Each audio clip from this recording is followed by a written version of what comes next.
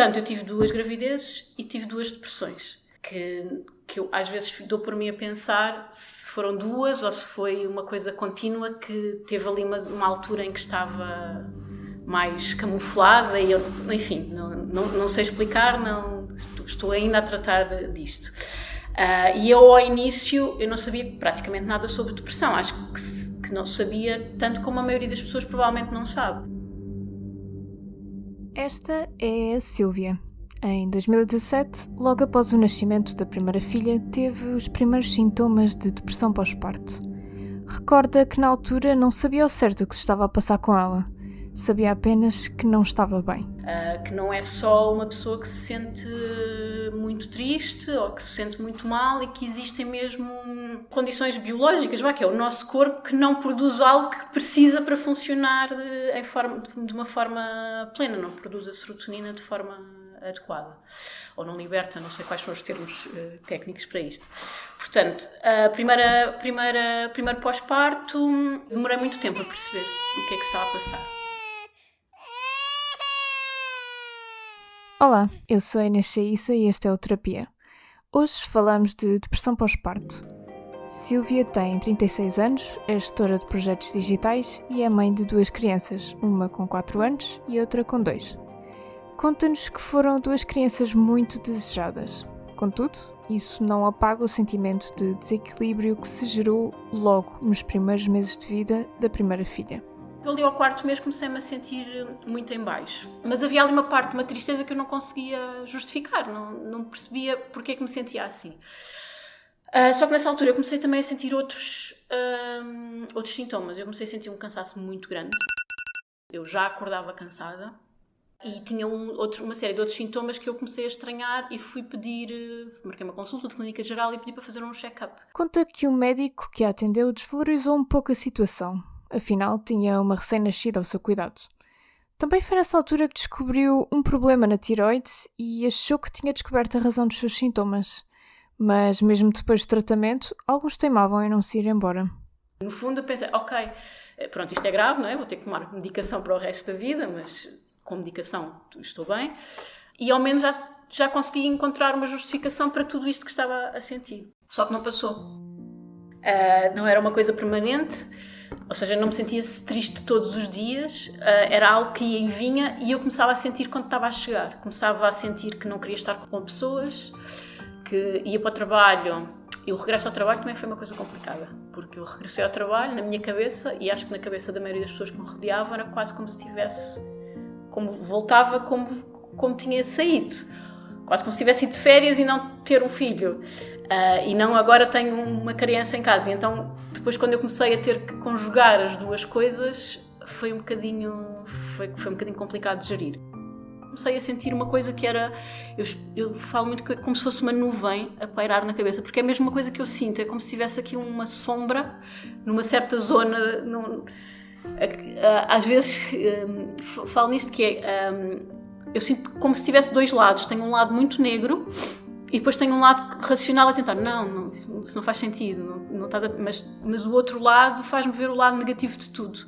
Muitas vezes acaba por tomar um bocadinho conta do meu estado de espírito nesses dias. Isso coincidiu depois também com uma altura em que a minha filha, a Inês, começava a pedir muito o pai. Coisas normais que acontecem. Agora, neste momento o meu filho, o David, pede muito a mim, mas como eu não estava bem, na minha cabeça já achava que a minha filha não gostava de mim. Passou-se quase um ano até à consulta em que a médica de família lhe falou em depressão pós-parto. Durante todo esse tempo, esses sentimentos permaneceram quase inalterados e alguns até pioraram. E fui à minha médica de família porque não sabia onde é que havia de ir. Sinceramente, estava ali naquela situação de, ok, eu tenho isto, sinto-me assim, e eu vou onde? Falo com quem?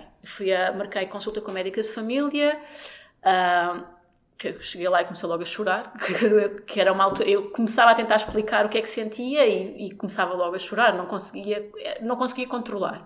Estava já assim neste nível.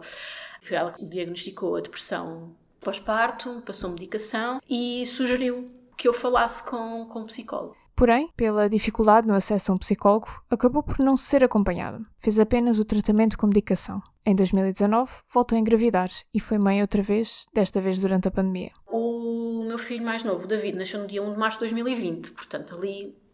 Na pandemia, quase. Sim, nós ainda estivemos na maternidade como se nada fosse, havia os cartazes a avisar, lavar as mãos, se tiver contacto com pessoas com estes sintomas tem que cuidar, mas não havia, foi tudo normal. Chegámos a casa quando começaram a vir as notícias dos casos a começarem a aparecer e ficámos em confinamento, não é?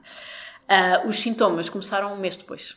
Pronto, e por aí... E era a mesma coisa? Era a mesma coisa. Pronto, aí não tinha aquela coisa de não querer estar com pessoas, nem nada disso, porque não podíamos estar com pessoas, não é? Mas eu comecei logo a perceber, sentia-me começar logo a fechar-me, mesmo estando só com a minha família, com o meu marido e com os meus filhos, de me fechar, de falar pouco, de partilhar pouco e de me sentir com uma tristeza que não fazia sentido, que não havia... Ok, estávamos numa pandemia, podia-me sentir mais em baixo, mas eu percebia que não era aquilo. Desta vez, reconheceu logo os sintomas cedo e contactou a médica de família para perceber o que podia fazer. Marquei consulta, foi na altura em que começaram a cancelar as consultas todas, mas a minha médica, ela lembrava-se que eu estava grávida, portanto telefonou-me para saber o que é que se passava, porque é que eu tinha marcado a consulta, e acabámos por fazer uma consulta por telefone, e como já era um caso... uma repetição, ela passou-me logo medicação, comecei logo a tomar medicação e fez uma diferença enorme. Tive um pós-parto muito diferente, principalmente numa situação de confinamento, consegui passar pelas coisas com uma visão diferente, com uma cabeça limpa, porque isto pode começar-nos a toldar mesmo o pensamento. Como estamos a ver tudo de uma forma muito condicionada, negativa, muito pesada, eu às vezes sentia também que já nem sequer estava a pensar como deve ser, que o meu raciocínio não estava e que tinha menos tolerância, que me irritava mais facilmente.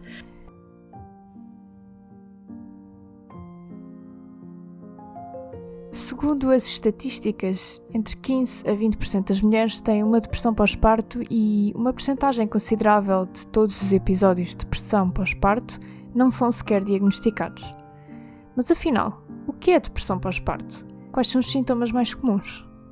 Uma depressão pós-parto é uma depressão. Não há uma grande diferença entre a depressão pós-parto e uma depressão. A depressão, o sintoma maior de uma depressão é o abatimento, aquilo que tipicamente as pessoas nomeiam de cansaço. Estou cansada, não tenho força. Este é o sintoma principal. Estamos a ouvir Paula Campos, psicóloga clínica, psicoterapeuta, psicanalista e professora no ISPA. Falta de entusiasmo, falta de forças, enfim. Mais sintomas: irritabilidade, tristeza, uma preocupação excessiva pelo bebê, pela saúde e o bem-estar do bebê, uma culpabilidade exacerbada, instabilidade, eventualmente insónias. Afinal, o que pode estar na origem de uma depressão pós-parto? E porquê é que há mulheres que a desenvolvem e outras que não? A primeira coisa que eu gostaria de deixar assim, de focar, é que a depressão pós-parto não é um episódio avulso. É um episódio que está ligado à dimensão depressiva daquela pessoa. E a dimensão depressiva de cada um de nós, que todos a temos, foi sendo constituída desde o momento em que vimos a este mundo. Porquê? Porque é uma reação humana nós entristecermos de cada vez que uma necessidade psíquica nossa não é satisfeita. E é assim que vamos de tristeza em tristeza, constituindo um polo depressivo dentro de nós.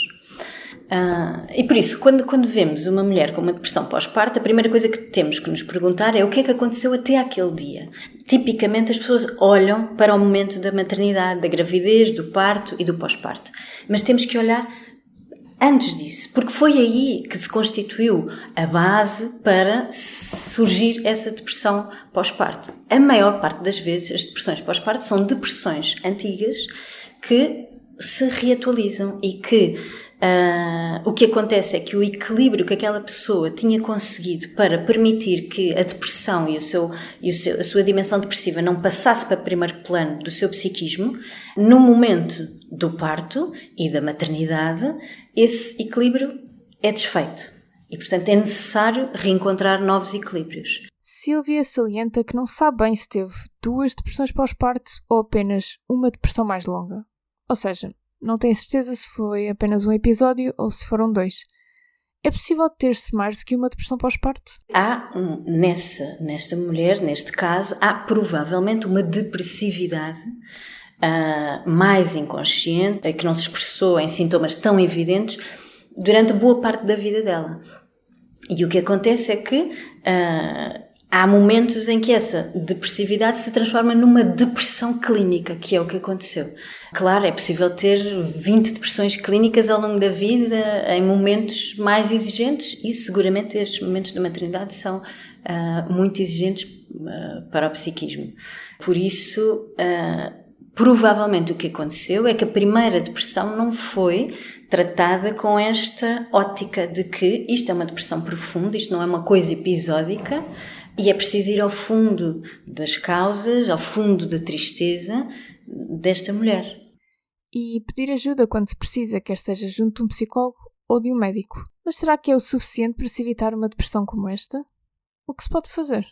Eu acho que enquanto sociedade nós não somos educados para saber entristecer, para saber lidar com os nossos núcleos depressivos. Nós somos educados para sermos felizes, para termos dinheiro, para termos sucesso. E estas áreas do nosso psiquismo a que ninguém pode escapar, cada vez somos menos competentes a lidar com elas. E o que é que fazemos com uma coisa que não sabemos lidar? Pomos de lado, até o dia em que o nosso psiquismo não suporta mais, pôr de lado e aparece, quer queiramos, quer não queiramos. A primeira e mais difícil é nós próprios fazermos isso connosco e, portanto, sermos um exemplo para os nossos filhos. Um exemplo honesto e verdadeiro de irmos expressando as nossas emoções. Olha, hoje estou zangado, hoje estou triste, hoje estou sem esperança, hoje estou muito entusiasmado.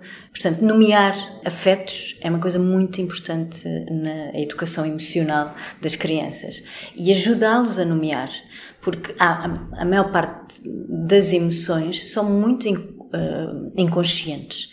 E o que as vai tornando mais acessíveis ao nosso consciente é nós podermos nomeá-las e sabemos de que se trata, de qualquer coisa que tem um nome. Viver com um bebê recém-nascido já é uma experiência de aprendizagem. Mas aprender a viver com um bebê recém-nascido durante uma pandemia é uma experiência ainda mais isoladora do que se poderia pensar. Será que a pandemia teve efeito no número de depressões pós-parto identificadas até agora? Eu acho que sim. Depressão pós-parto e depressão em geral. Em relação à maternidade, a maternidade é um acontecimento que tipicamente isola bastante as mães.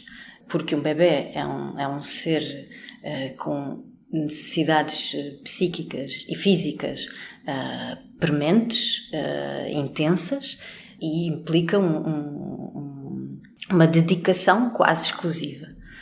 Tendo em conta que a pandemia provocou um isolamento muito grande, acredito que tudo o que é vivido e não pode ser partilhado, claro que há outras formas de partilhar, não é? Fica maior, fica mais insuportável. E o que acontece ao pai? Os homens também podem viver uma depressão pós-parto? Está na literatura, cada vez mais. Eu não conheço propriamente estudos sobre a frequência, estatísticas, não conheço. Conheço vários homens com movimentos depressivos, assim, com depressões pós-parto. Não tive em consulta homens com uma depressão clínica pós-parto, mas com movimentos depressivos, sim, porque na verdade aquilo que acontece com uma mulher é diferente daquilo que acontece com um homem. O homem tem desafios diferentes, mas são são muito desafiadores também. A nossa sociedade em poucos anos mudou muito naquilo que espera de um homem e de uma mulher, de uma mãe e de um pai. Em relação ao homem, aquilo que se esperava é que o homem fosse capaz de prover financeiramente a família e tudo o resto em relação ao cuidado dos filhos estava a cargo da mulher. Hoje em dia é pedido que o homem continue a ter algum sucesso financeiro e encarregar-se dessa dimensão, e é pedido uma quantidade de coisas novas a que os homens estão a tentar responder, porque ao mesmo tempo que têm que ser capazes de ir lá fora buscar dinheiro, também têm que ser sensíveis, também têm que ser estar atentos às necessidades das mulheres, às necessidades das crianças, não deixando de ser masculinos, mas sendo sensíveis, amorosos, empáticos, e isto é uma dificuldade para o psiquismo masculino. Sílvia ainda está em tratamento, mas não se coíbe de falar sobre o assunto. Da primeira vez que teve uma depressão pós-parto, fez apenas tratamento com medicação, mas da segunda também procurou um psicoterapeuta e reconhece a necessidade. Diz que é um profissional que sabe como explorar os assuntos, que vai puxando pelos temas, que obriga a pensar sobre as coisas.